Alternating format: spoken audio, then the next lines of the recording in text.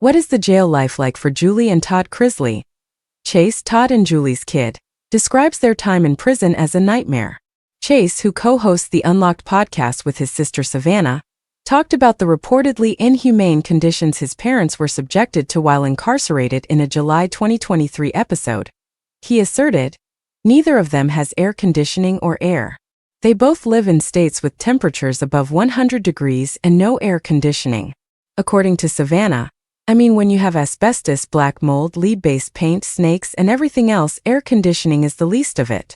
In a November 2023 interview with the news program Cuomo, Todd himself went into further detail about the filthy conditions. "It's nasty and horrible. I'm not kidding when I say that the food is physically dated and at least a year out of date," he remarked. "It has been expired for a year. And these men are being starved to death right here. I'm not sure, but these males are consuming 1,000 calories every day." The Chrisleys' incapacity to communicate with one another on a daily basis adds to their suffering. A really tough part of the entire process, according to Savannah, has been the couple's inability to write letters to one another and their inability to speak on the phone for more than a year while incarcerated 650 miles apart.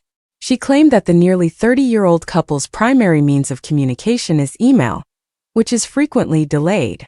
"It hurts how much I miss Todd." In a letter to Savannah from prison, Julie said, "I've never gone this long without talking to him." In an October 2023 episode of the Unlocked podcast, Savannah disclosed that both Todd and Julie had been teaching classes while incarcerated to shave time off their sentences in an attempt to lessen their time apart. Inmates can earn credits for an early release through the First Step Act (FSA) classes.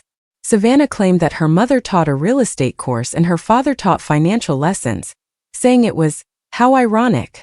The former reality star was fired from his position as an assistant to the chaplain after it was discovered that he was associating with inmates who are part of the prison's residential drug abuse program.